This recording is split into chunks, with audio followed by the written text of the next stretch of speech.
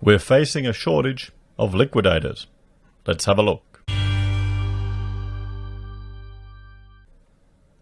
Hello everyone, Florian.heise here and welcome to another episode of HeiseSays. Still finishing off my morning stein of coffee when I thought we should have a look at this article from ABC News shared to me by a viewer. It's a few days old, but I think it's damn relevant. Not enough liquidators to deal with the pandemic-related corporate collapses, ASIC warns. Just think about that. We're facing a shortage of liquidators. What does that tell us for the prospect of a V-shaped recovery? I mean, is anyone even arguing for that anymore? Maybe just the retail investors who are, thinking tourism will rebound, so they're pumping everything into the stock market and are getting burned. If we're running out of liquidators, everyone. Is that the recession-proof career? Should I have stuck with my accounting degree instead of jump ship and do architecture, become a liquidator? I don't imagine it would be that satisfying or creative. Let's have a look at this, everyone. The nation's financial system could come under enormous pressure when emergency government support unleashed during the pandemic crisis begins to unwind, according to Australia's corporate watchdog. And here's the thing, in September, when JobKeeper disappears or gets phased out, one way or another, when banks' mortgage holidays disappear, it's going to be tough for a lot of people. We saw some other articles we were looking at in the ABC. Professional people, professional couples, female project manager, bloke, a warehouse manager, who had to have a mortgage holiday. If those people don't even have 6 months reserve, if professionals like that don't even have 6 months cash stashed away, what hope is there of anyone else? Have we gotten to that point where educated people like that don't even have an understanding of basic finance? And I think we obviously have, haven't we? Because none of us get it anywhere in school. None of it's not taught at school, not taught at university at all. Where are you going to learn it? Where are you going to learn it? Australia's Security and Investment Commission Chairman James Shipton has warned that there may not be enough liquidators and administrators to deal with multiple corporate collapses. Speaking to the ABC's AM program, Mr. Shipton said that in addition to the JobKeeper cliff in late September, not all residential and business borrowers will survive when major banks rein in 6-month loan repayment holidays. The looming cliff has been factored into scenario planning undertaken by the regulator, he said, including potentially sharp adjustments by businesses and households when emergency stimulus is gradually removed. I mean, all the smart people are already preparing, but there's going to be some people that are barely coping now. And our cash rate is so low, interest rates are so low. How are people getting it? They've over-leveraged. They've had to have over-leveraged just to get into that property sector.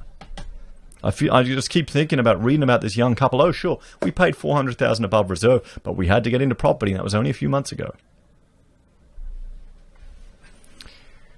We are working with financial institutions right now to work through these issues to be prepared for any eventuality when the reality of September and October hits, Mr. Shipton said. And here's the thing, guys. When September and October hits, I think it'll be delayed a bit, the actual impact for some people. They would have been stashing money aside, and it will really hit in February. But that's when you need to reach out to your friends and family who may be suffering through this. I read a horrific story of a young guy who got into options trading, and he was down $700K. So he ended it. He exited. It's a risk when this happens that these instances will occur. So you need to reach out to people and let them know it's not the end. It's just money. You can lose it all and build it up again. It's part of life. It'll be a good story for you when you write your book one day. He signaled banks may not be able to avoid foreclosing on some businesses and residential loans where borrowers are unable to reinstate payments. Many Australians are going to be caught on the wrong side of this, Mr. Shipton said. Economic recessions do have consequences. That is the sad and tragic reality. That's the point to avoid so that hardship and consequences are minimized.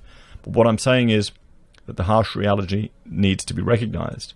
Yes, that is the harsh reality. ASIC plans for what might happen if the recession persists. And remember, we were looking at earlier today, Concerns from our Prime Minister that we may be looking at a 2-year downturn. In an updated strategic plan to confront the pandemic released today, a couple of days ago, ASIC confirms it has war-gamed the worst-case scenario of a longer-than-expected recession, warning that there might not be enough liquidators and administrators to deal with multiple corporate collapses. We will need to prepare to have liquidators and administrators in place to navigate some companies getting on the wrong side of the crisis, he said. That unfortunately is going to be inevitable.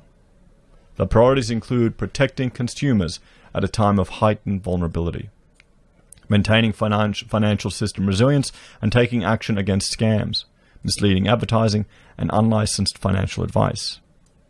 Mr. Shipton said the regulator had also factored in the risk of an economic and health crisis morphing into a financial crisis, like that which took the world to the brink of meltdown more than a decade ago. Look, there is always a risk, he said. Well, there shouldn't be. Maybe there's some fundamental issues with our financial system. Maybe having these central banks able to create money out of thin air isn't the smartest approach. Maybe we should look at the Austrian school. But no, we can't have that. It'll all be fine. Property always goes up, Florian. What are you saying? What are you worrying about? What are you worrying about? And Australians could be forced to sell their homes. We looked at that article before. That's to do with mortgage stress, arrears increasing. So it's to do with the warnings that Martin North has been talking about since living memory. No one's taking serious. People just keep piling in. What we're doing, nonetheless, is taking these different scenarios and playing them out so that we can be prepared to determine the type of issues that come up in the financial crisis so we can learn our lessons and prepare for them.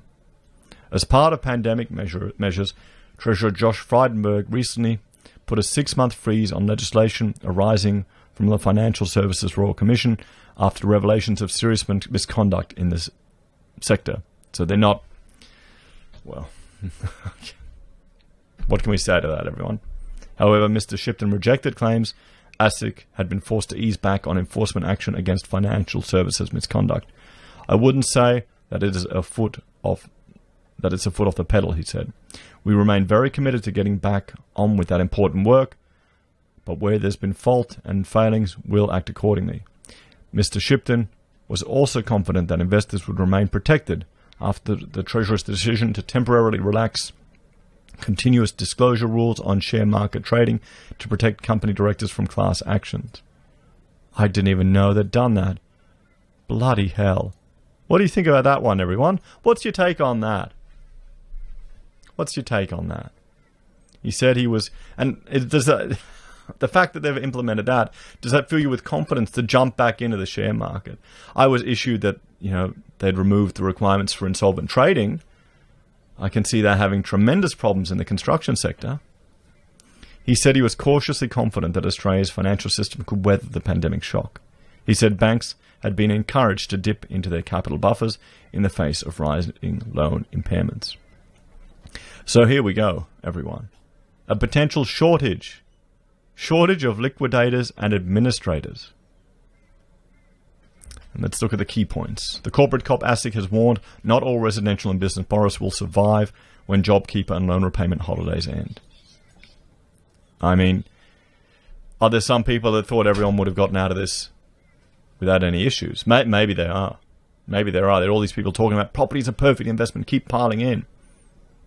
Because they don't know any different. They haven't seen any different. You've got a generation of people that haven't experienced a recession. You've got all the boomers that only know good times. ASIC James Shipton says the regulator has war-gamed a longer-than-expected recession. He rejected claims ASIC had been forced to ease back on enforcement actions. And here's the thing.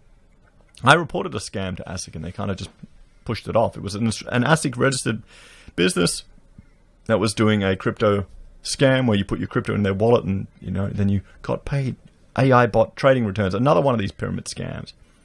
Didn't want a bar of it. And the interesting thing is they hired an Australian lawyer to write a threatening letter to me. I need to put that out to you because it said on the letter from the lawyer, the email, be aware of scams, and yet they were supporting scammers. Now it's all blown up. It's funny that. Still waiting. They're meant to be suing YouTube and me as well for taking everything down. Yeah, it hasn't happened, has it? I'll let you know how that goes, guys. But still, we'll have to see. I think this is definitely concerning. Because just the disclosure rules, that's got me a bit stunned. Anyway, let me know your thoughts and opinions in the comments below. Or are you going to start up that litigation and administration business? Or branch out your accounting firm to get into that aspect? Is it as exciting as the movies make out? I remember those CPA ads that went everywhere on the TV and YouTube, and it showed them doing everything but accounting. I thought it was quite funny. As always, thanks for watching. Please like, share, and subscribe to the channel. Let me know your thoughts and opinions in the comments below. If you're a fan and want to support the content I make here, there are a few ways you can. You can just interact with the channel, comment, like, share. It's a great way to help the algorithm know to share the content out. You can support us via our affiliate links at Amazon or eBay, or Independent Reserve and Kucoin. You can join the channel on YouTube or Patreon as a member. You can buy a merch from HeiseSays, use our affiliate, use Gold Pass from the Perth Mint, or support us via PayPal. Take care. I'll see you in the next episode.